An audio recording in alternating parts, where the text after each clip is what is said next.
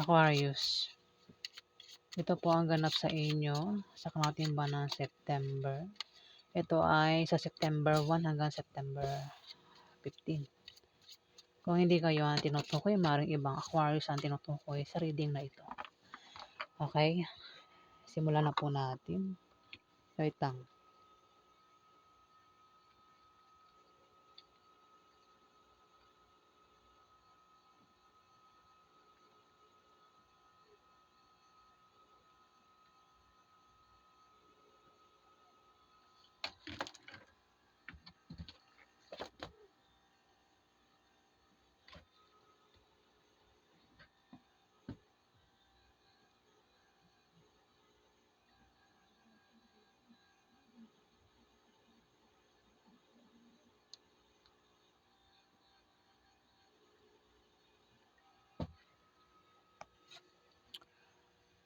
Ano ang ganap sa mga Capricorn sa September 1 to September 15? Talagang tumitigas yung dila ko.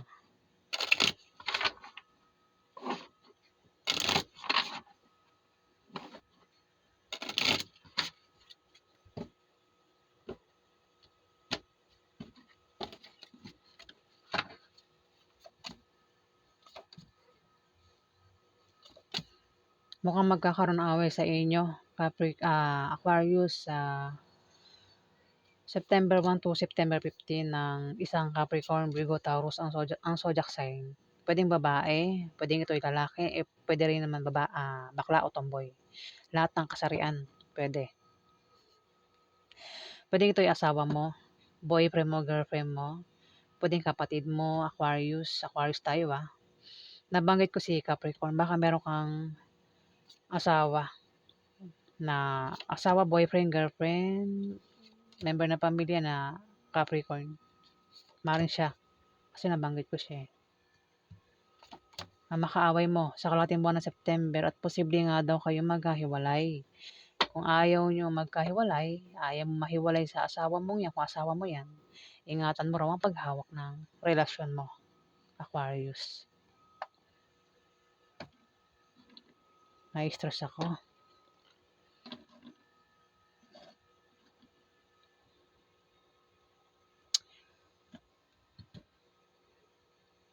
Mukhang hindi lang isa, mukhang dalawa makakaaway mo dito, no? Kasi ito 3 of diamond, tapos 6 of diamond. Ayan, kung mapaaway ka nga, Aquarius, pwede ang mapaaway naman dito, pwede kasing siya umaway sa'yo. Tapos meron pa siyang away na iba, Aquarius. Dalawa kasi to So, dalawa yung makakaaway nito. Capricorn, Virgo, Taurus ang zodiac sign. Maring ikaw yung, wait lang. Okay. Kumbaga, siya talaga ang aaway sa'yo dito Mayroon siyang awaying iba. Pwede nga awayin ay third party, kung meron kang third party. Tapos aawayin ka din niya, Aquarius. Gets ba? Kaya naman dito, kung mapapaaway siya, o ikaw man yung mapaaway dito, ingat daw sa pagsasalita na makaiwas sa malalang argumento at hindi na humantong sa demandahan yung away nila kung siya ay mapapaaway dito. O ikaw yung mapaaway.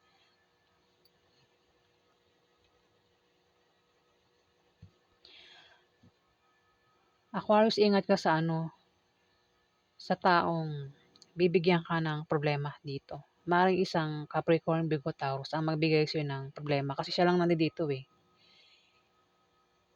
Ayan pwedeng ikaw ang tinutukoy itong Capricorn, Virgo, Taurus ang zodiac sign. Maaaring kung asawa mo nga yan, girlfriend mo, boyfriend mo, maaaring siya rin yung nagbibigay ng problema sa'yo dito, Aquarius. Kaya ikaw ay nagkaka-problema at apektado ka sa problemang yan na ibibigay niya kung siya ay magbibigay ng problema sa'yo dito, Aquarius. Kasi wala naman ako ibang nakikitang ibang zodiac sign dito, kundi ito lang. Si Capricorn, Virgo, Taurus, bata ito sa'yo.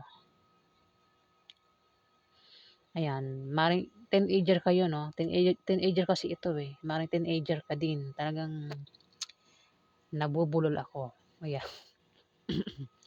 Pasensya na po. Pero kung problema ka man, Aquarius, may tutulong sa'yo dito, eh. Kasi mukhang magkakaproblema kayo sa trabaho niyo at sa negosyo niyo. Kasi may magbibigay nga daw ng problema, puwedeng siya, itong asawa mo, puwede rin ibang tao, kaya naman ikaw ay magkakaproblema dito. Maaaring siya nga asawa mo at magkakaroon ng away sa inyong dalawa. Pero may tutulong daw dito, eh, ayan. Nine of Spades, maaaring bumaba ang iyong moral at kailangan mo rito ng suporta. Pinag-iingat ka rin sa aksidente sa kalahating buwan ng September, Aquarius. Ingatan mo ang kalusugan mo para hindi ka magkasakit. Huwag ka rin daw gumawa ng masama sa iba para hindi ka malasin. Pero kung ikaw yung gagawa ng masama dito, maaaring siya yung malasin, Aquarius. Two of Diamond, yung nga, hindi kayo magkasundo nito, Aquarius. Itong Capricorn, Virgo, Taurus sa September 1 to September 15. Talagang nabubulol ako sa September 1 to September 15, eh. Siya nga talaga yung makakaaway mo dito kasi hindi kayo magkasundo nito. Maaaring machismis din kayo sa kalahating buwan ng September. Kung machismis daw kayo, huwag niyong pansinin ang chismis. Doon mismo sa trabaho niyo o sa negosyo niyo, maaaring machismis kayo, Aquarius, ng taong ito. Para magkasundo kayo, kilalanin niyo daw ang isa't isa. Ayan, Aquarius, mukhang hindi niyo kilala ang isa't isa, no? Puwede rin baka hindi mo 'yan asawa, baka kasama mo sa negosyo mo o katrabaho mo ito. Ayan, Aquarius. Nine of Diamond, meron kang pag-travel dito. Maaaring ang dahilan ay sa bagong business deal o maaaring nakabili ka ng bagong bahay o lilipat ka ng bahay, Aquarius. Sa pupuntahan mo, pag-travel mo, yun nga lang may taong galit dito. Puwede ikaw, may taong galit dito. Maaari din ang dahilan kaya ikaw ay magta-travel dahil may aawayin ka dito, Aquarius. Kasi may taong galit dito, eh. Ayan. Ang taong galit na ito ay naninibugho na sa galit. Puwede makagawa ng bagay na ikasisira mo, Aquarius. Puwedeng siraan ka o gawan ka ng fake news. O kung ano man yung nasa isip nito, kung ano man nasa utak nito, Aquarius. At dito, mukhang sa kalahating buwan ng September, Aquarius ay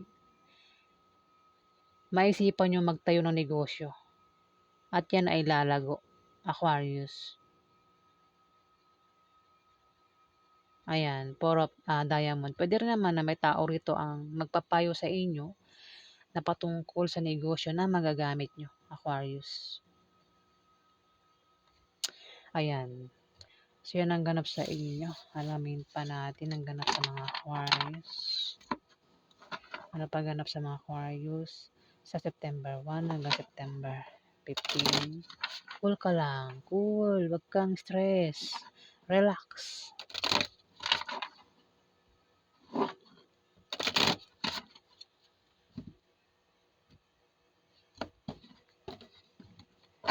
Parang hinahabol ng kabayo, nagmamadali.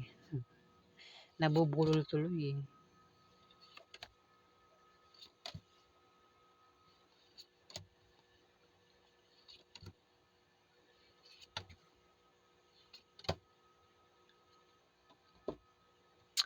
Ten of Diamond, Aquarius, may pagbabago sa kaperahan mo.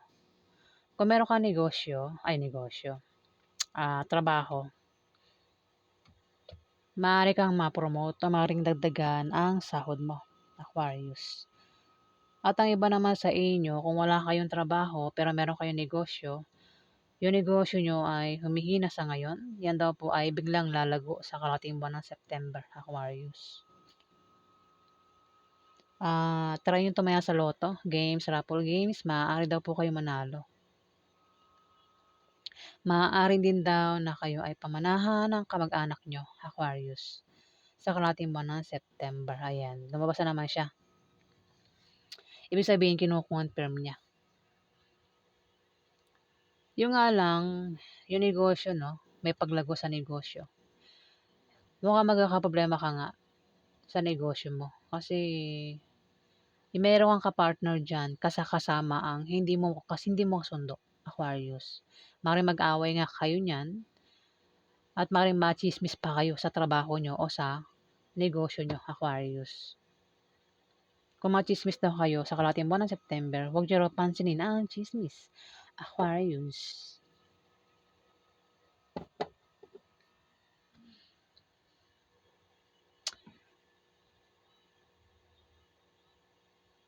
Ayan, mukhang, lumabas na naman siya, lumabas din to.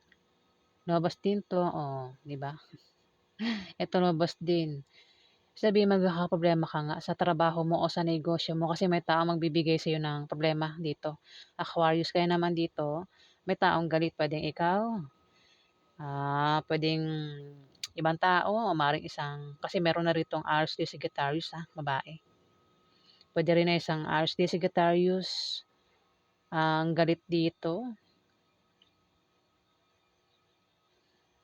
Bago naman ito, no? Ito naman kasi Libra, Aquarius. Ikaw ito. At meron ditong Aries de Sagittarius, babae. Meron kang kasama dyan sa trabaho mo o sa negosyo mo na Aries, Leo, Sagittarius, babae, Aquarius.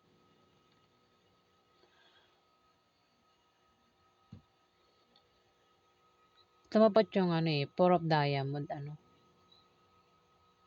Mari ikaw, Aquarius, ay nagbabalak magtayo ng malit na negosyo. Pero meron kang kapartner dyan na Aries, Leo, Sagittarius, babae. Pwedeng ito yung nanay mo, ate mo, auntie mo, boss mo, kaibigan mo, o kung sino pa yan, Aquarius.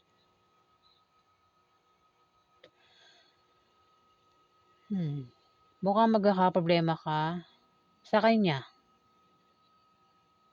Kasi bagong tayong negosyo ito sa kalahating buwan ng September. Bago pa lang ito. Yung negosyong itatayo, maraming customer ang lalapit. Ayan, Aquarius. Yung nga lang magkakaproblema ka dito sa kasama mo, sa negosyo mo, Aquarius. O maring yan ay sa trabaho mo. Kasi, problema ito sa pamilya mo, sa love life, o baka ikaw ay merong gulong kakasangkutan dito, Aquarius. Ayan. Bibigyan ka niya ng problema. Pwede rin na ito ay bakla o tomboy. Opposite sex mo, Aquarius, ang maaaring magbigay sa iyo ng problema dito sa kalahating buwan ng September. Pero, malulutas din naman yung problema. Ayan. Maring Aries de Sagittarius ang manibugo sa galit dito, Kasi sumunod yung Aries de Sagittarius. Pwedeng, kaano mo nga to, kasama mo nga yan sa negosyo mo o katrabaho mo ito, Aquarius. Pwede rin baka member ng pamilya mo yan o mismong asawa mo, Aquarius. Pwede yung kapatid mo, Aquarius. May edad ito sa'yo. Meron kasi mga may mga uso ngayon yung meron sila mga asawa, girlfriend na sobrang tanda. Pero yung lalaki, bata, mukha silang magkapatid, mukha silang magnanay, di ba? Pero magkarelasyon pala. Ayan, ganyan ka ba, Aquarius? Meron ka bang asawa dyan na Aries Leo Sagittarius na matanda sa'yo? Naninibago sa galit ito. Pwedeng dahilan ay selos. Kasama mo lang daw ito sa negosyo o sa trabaho, Aquarius. Ayan, siya yung magbibigay ng problema sa'yo dito, Aquarius.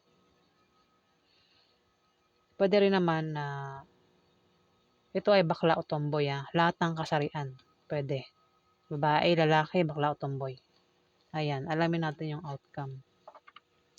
Ano ba yung outcome sa mga Aquarius sa September 1 hanggang September 15. Ano pa yung outcome?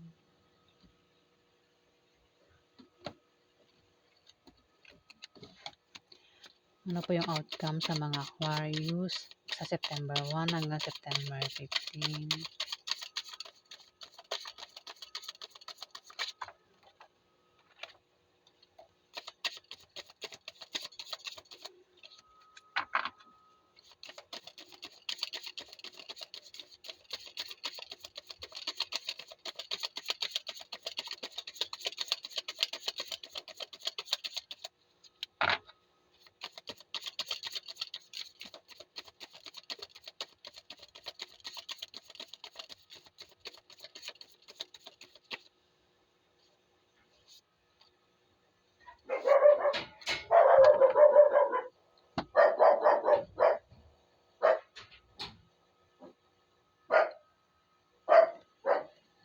Aquarius, meron ka raw malalamang masamang balita sa kalahating buwan ng September. Ito ay sa September 1 hanggang September 15 at maaaring yan ay ipag-aalala mo, Aquarius. Ayan, talagang nabubulol ako. Wait lang. Ay nako. Ayan, Aquarius.